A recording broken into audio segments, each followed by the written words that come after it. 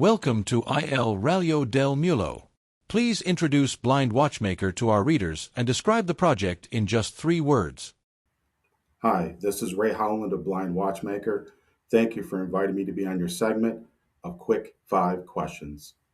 Blind Watchmaker started as a project that I created back in 2024 to write release my own music, which was something I always wanted to do. 3 words that probably best describe this as solo music project, since I am the only band member and I do all the writing and recording of the music. Behold, the event horizon blends thrash, black, death, and cosmic metal. What inspired you to explore such a vast sonic universe for this album? The inspiration for doing Behold the Event Horizon came from the idea that I wanted to create an album that had a centralized theme for lyric content. In this case, human beings' relationship to the universe, both the philosophical and obviously the mysterious, and also at times things that are terrifying. And having the music be diversified, but the lyric content having a common thread. A lot of my inspiration for the music itself came from my appreciation for cosmic metal, whether it's cosmic death metal or cosmic black metal. So some of those elements were incorporated to expand the Blind Watchmaker soundscape so that I can include more instruments and more sound effects to make a thicker layer of sound and something that sounded different than the last 2 albums. As a solo artist handling guitars, bass, vocals, keyboards, and drum programming, how do you know when a song is truly finished and ready to be released? The determination for when a song is finally ready to be finished and be released really comes in 2 parts. The first part is the instrumentation and the arrangement, making sure that all the instruments are supposed to be under there.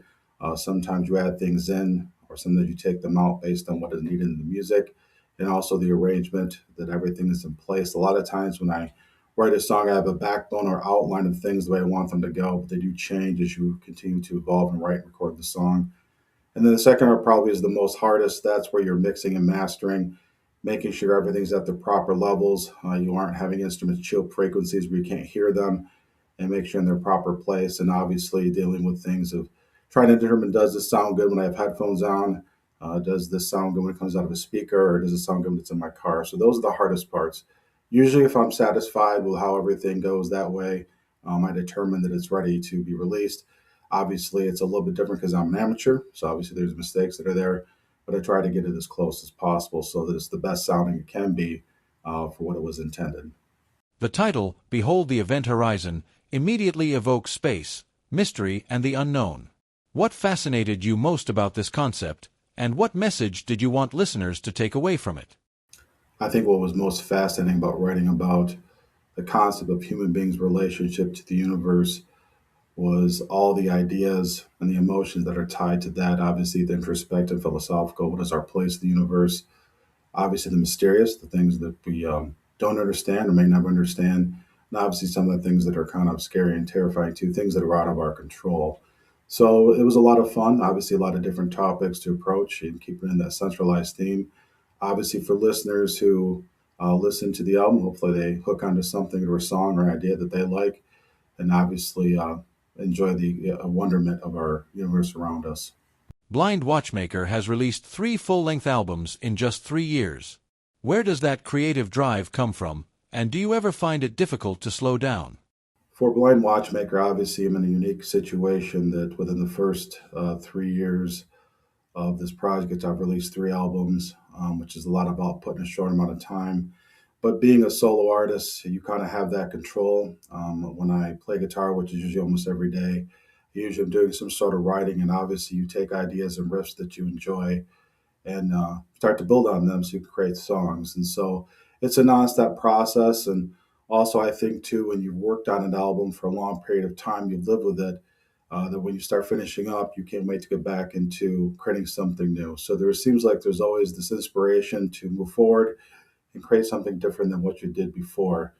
I'm not really worried about having to slow down. Obviously, again, I kind of control things. If I feel like I need a break creatively, I will take one. But at this point, I still enjoy doing the whole process and will continue to do so. Matter of fact, right now the plan is to have some new music come along in the fall with a standalone single And also, as we currently speak, I am writing album number 4, which will probably be released in 2027. So as long as I enjoy this, and again, I kind of control the timeline as a solo artist, I will keep releasing music as long as I feel inspired and feeling that I still have something to say. So I appreciate you having me on, and I appreciate all the people that have checked out Blind Watchmaker, and hopefully hear some music from me, some new stuff coming up later this year in 2027. Thank you. Take care.